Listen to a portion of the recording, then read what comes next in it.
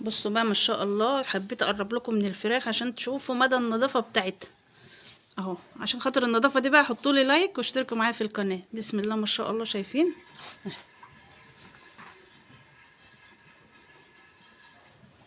شايفين القطه جايه تتدحلب اهي، عايزه تاكل منهم وتخطف مني وتجري.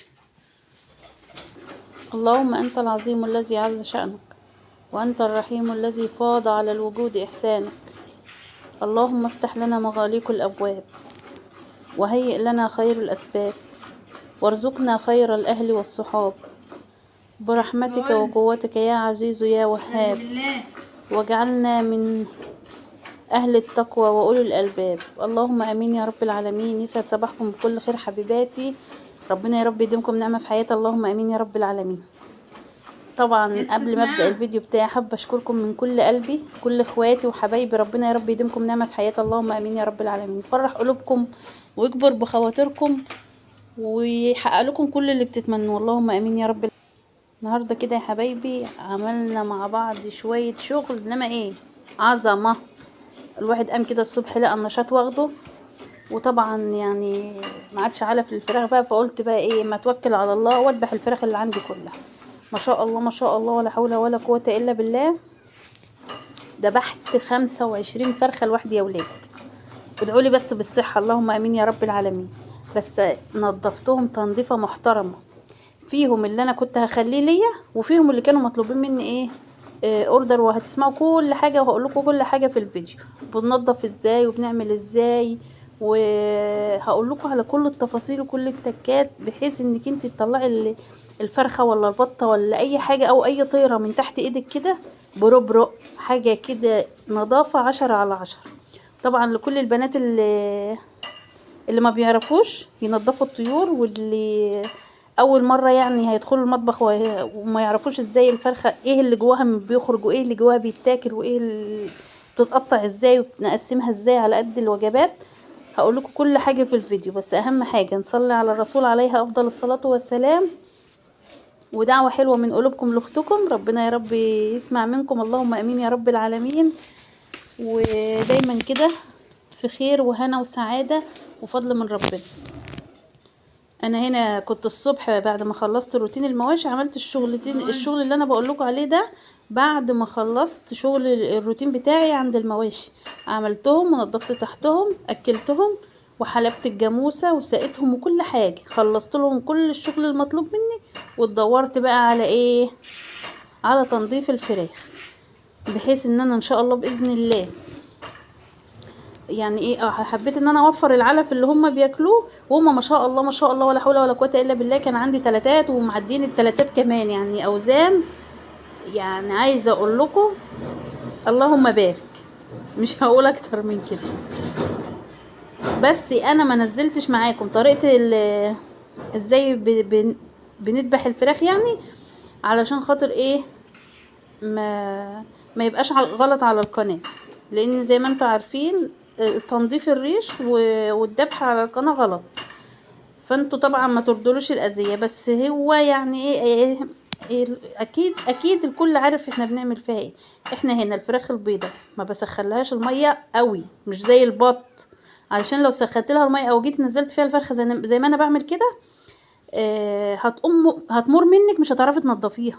احلى حاجه انك تسخني الميه بتاعت الفراخ، يا دوبك تنمل كده وتحطها فيه، تاخدي راحتك في التنظيف وتبقى زي الفل.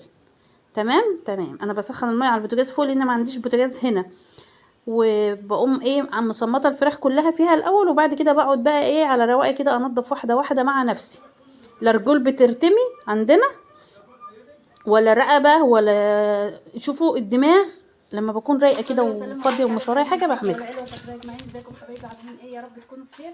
نبدا الفيديو بتاعنا بذكر الله والصلاه والسلام على رسول الله، وندعي لاخواتنا في فلسطين ربنا يا رب ينصرهم نصر عزيز ومقتدر، ويسدد رميهم ويشفي مرضاهم ويرحم موتاهم وينصرهم على عدهم. اللهم امين يا رب العالمين. اللهم انصر الاسلام وعز المسلمين. النهارده بقى يا حبايبي عندنا ايه فيديو، يعني انا كنت بتمنى ان انا اعمله من زمان، يعني ما شاء الله ولا حول ولا قوه الا بالله. الفراخ بتاعتي زي ما انتم عارفين كبرت وخلاص، بعت منها يعني ده يعتبر اخر ايه اوردر مطلوب منها، ورايح القاهره باذن الله.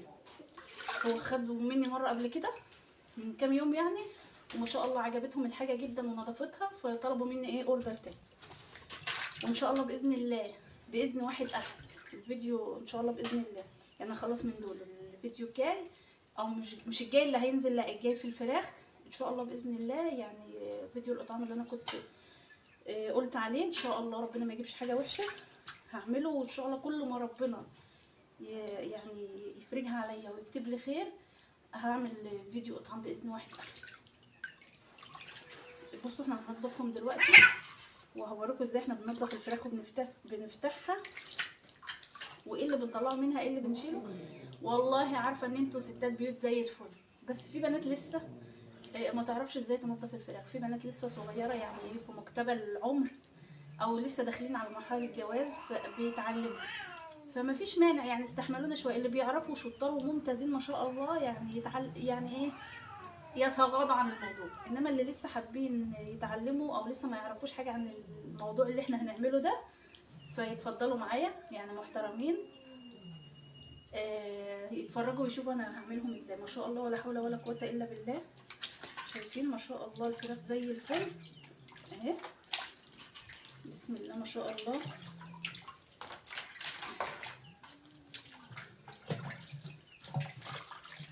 طبعا انا نظفتهم شلت منهم الريش، بس للامانه يعني في كام فيديو قبل كده عملت تنظيف طيور وبقى يجيلي عليه العلامه اللي هي بتبقى علامه الربح بتاعته بتبقى صفرا، يعني ايه بيجيلي عليه ايه مخالفه او حاجه زي كده. فانا ما بقتش انضف معاكم الطيور، بس كده يعني اتمنى من الله ان هو كده ما يجيش عليه حاجه يعني، ان هي غلط على القناه. يعني ان انا الفيديو اللي بنضف فيه والريش وكده والذبح والحاجات دي بتبقى غلط على القناه. فانا هبدا معاكم من اول ايه يعني انضف الطيور اللي يعني ايه اخليها بتشطف كده، انضفها كويس جدا جدا يعني. انا دلوقتي شلت الحاجات الكبيره الريش الكبير والحاجات ونضفت رجليها اهوت ما شاء الله. اوعوا تقولوا ابدا ان احنا بنرمي الحاجات دي، لا لا لا، ده احلى حاجه في الفراخ، ده كنز ده.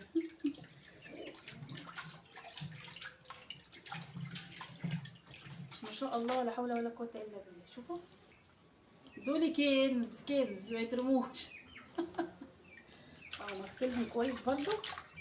الميه دي بقى هرميها واجيب ميه نضيفه عشان الفرخه اللي انضفها احطها هنا على طول. والله عايزه ابقى اجيب لي كمان سلسلين من دهوت 2 ولا حاجه ابقى اعمل فيهم الحاجات دي، ابقى انضف فيهم كده.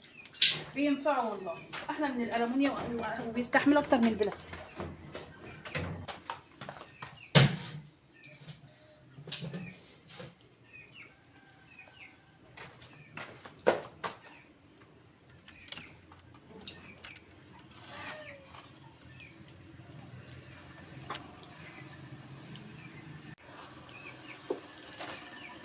بس غادي يلا طبعا القطط مزهقني.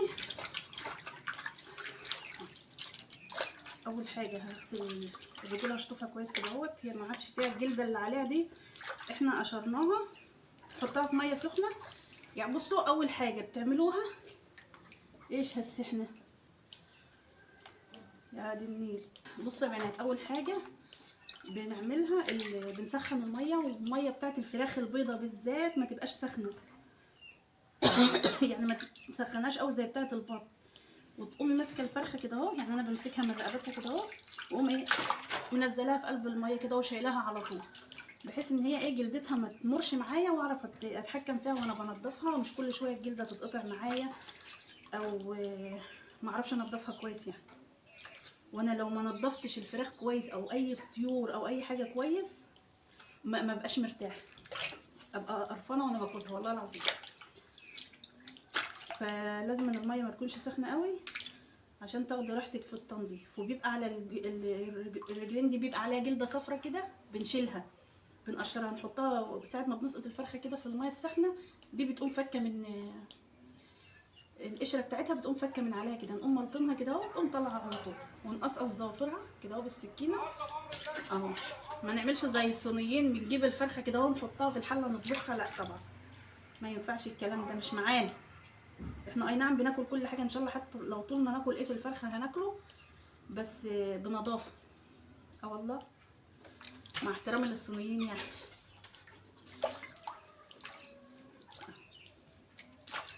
شايفين الرجول؟ والله ما شاء الله تتاكل نيه. شايفين عامله ازاي؟ كده ما عادش. ايوه كده ما عادش رجول. نبدا بقى في تنظيف ايه، نشمر بس كده. معلش الموضوع ده بقى ما ينفعش فله التشمير. ونمسك بقى الفراخ كده اهو. بصوا عشان هي مش مسلوقه قوي، مش مصمطينها قوي يعني، فبتاخدي راحتك. بتعملي فيها كل ما بدالك، والجلده متماسكه معاكي، وبيضه بتشطف، بتطلعي اقل ريش فيها وانت مرتاح اهو. بصوا الجلده، شوفوا بتطلع ايه، بتطلع حاجات زي قشره برضو كده. طبعا عمر الفرارجي بتاعك اللي انت بتشتري منه ما هيعملها لك كده عمر. وانا الحمد لله يعني براعي، اكن لما بكون حد بيشتري مني حاجه والله اكن انا اللي باكلها، وبنضفها له وبخليها زي الفل.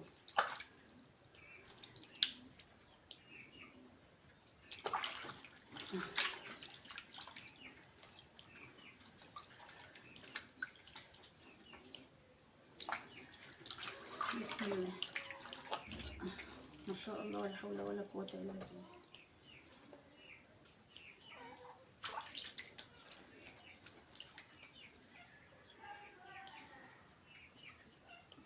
طبعا القطط مأنسيننا ومنوريني، قاعدين في ريحه اهو. شوف اي حاجه ارمالهم يفضلوا يتخانقوا بقى عليه.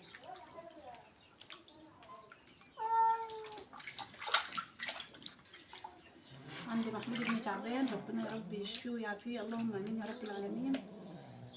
امبارح طول الليل عمال يقول زوري بيوجعني يا ماما، مش عارف ابلع ريق. قلت له بس يا معلم ده دور البرد اللي ماشي، ربنا يشفيك ويعافيك يا رب انت وكل اللي زيك، ويشفي كل مريض من مرض، اللهم امين يا رب العالمين.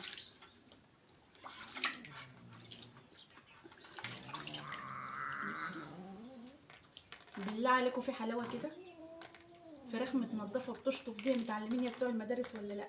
قشطه قشطه. نحطها بقى هنا في الميه النضيفه، وهكذا واحده بقى، واحده تلو الاخرى. بصوا يا حلوين، بسم الله. بصوا خليناهم هم بيشطفوا.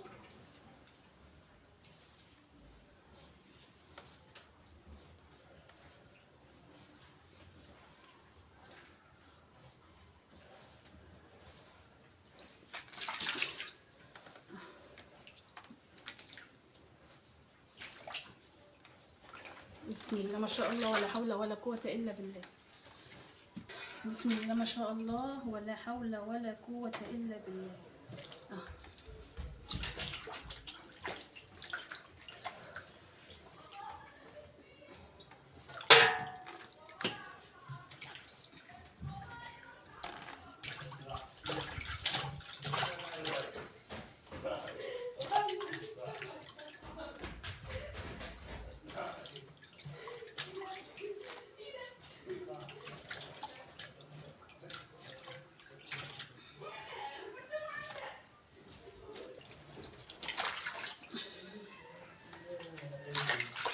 الرجول دي كل شطفة بناخدها للفراخ بتاخد معانا نفس الشطفة. لما بكلمكش انت ما تضايقنيش بقى، وانا شايفه ساعه دلوقتي. بصوا هما مطلوبين مني ما شاء الله ولا حول ولا قوه الا بالله. 3 يفضلوا بحالهم يعني، هفتحهم بس وانضفهم من جوه، وال3 التانيين ايه هقطعهم نوايب يعني.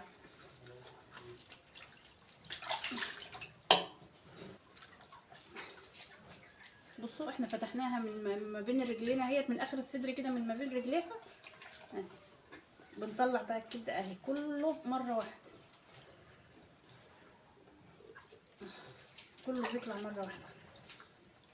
واللي هي اللي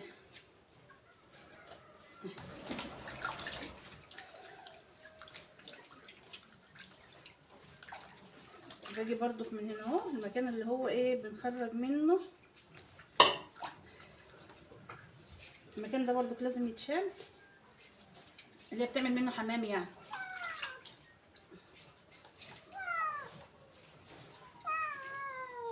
بس غادي يلا، بس هزعلك.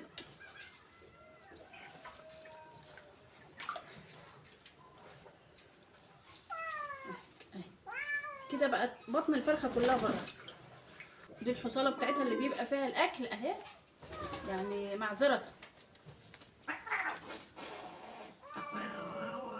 والزور بتاعها اهو، بنفتح فتحه كده من عند الرقبه، بنطلع منها كل حاجه اهي، بنطلع منها كل حاجه. ندخل بقى جوه على الرئتين بتوعها اهو، اللي هما الفشه.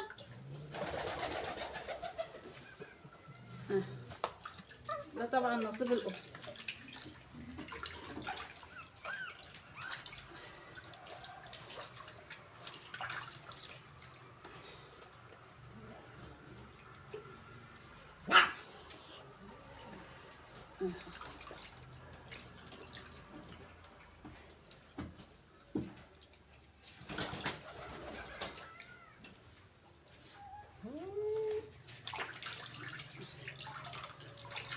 بقت هي كده جاهزه وتمام التمام.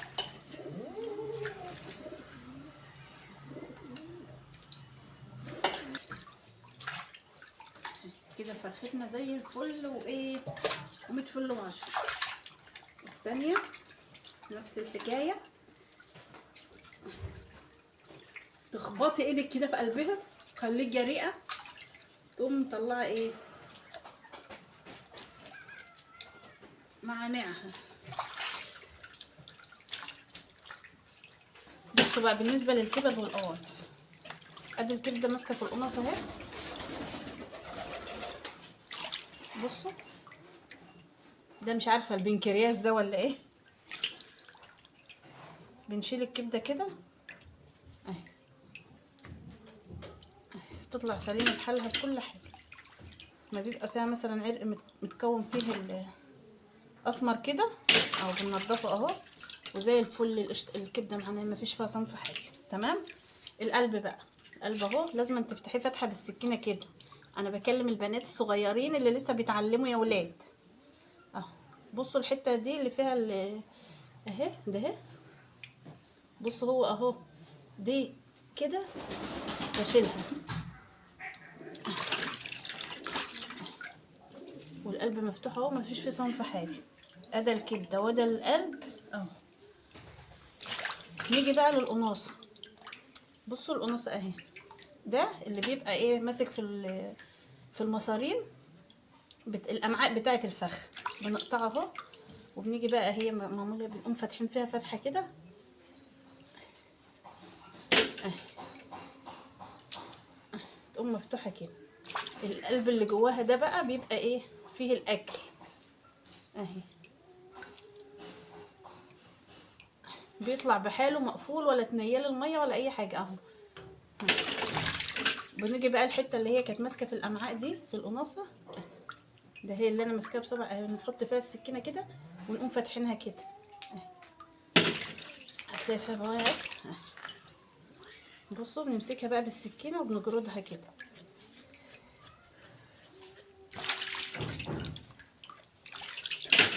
بقت بتشطف اهي، مفيش فيها صنف حاجه. اي دهن بقى ملوش لازمه اهو بنشيله. اصبحت القناصه معانا من بره ومن جوه اهي زي الفل. تمام يا بنات.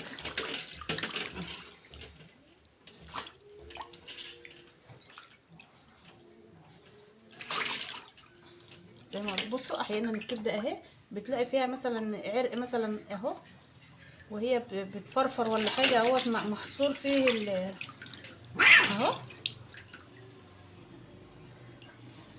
عارفين الواحد لما بيبقى مثلا بيتخبط في حاجه وبتبقى فيها كدمه ولا حاجه اهي، بتبقى مزرقه، بتطلعي منها ده. يعني معلش على المنظر، بس انا لازم اعرفكم ولازم اوريكم. فحلت بقى ان انا هقطعها 4 يعني ايه للسليق.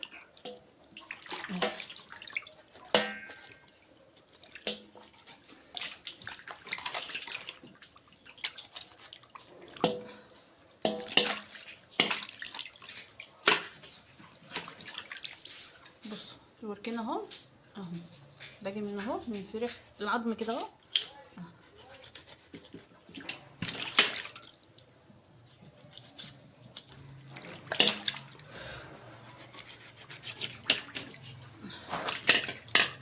برضك من عند الجناح. عايزه بقى عندك الجناحه دي ممكن تعمليها كده، تشويها، تعملها تتبيله محترمه كده وتحطها تشويها في الفرن او على الجريل. عندك صينيه بطاطس تحطها فيها وهو يومه بيعدي. يعني الفرخه تقدري تطلعي منها كام اكله.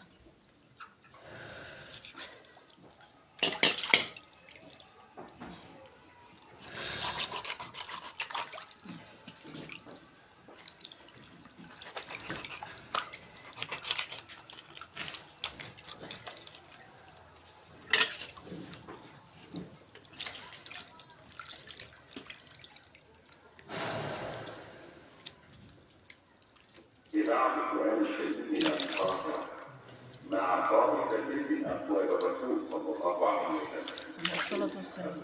حسن السلام عليكم.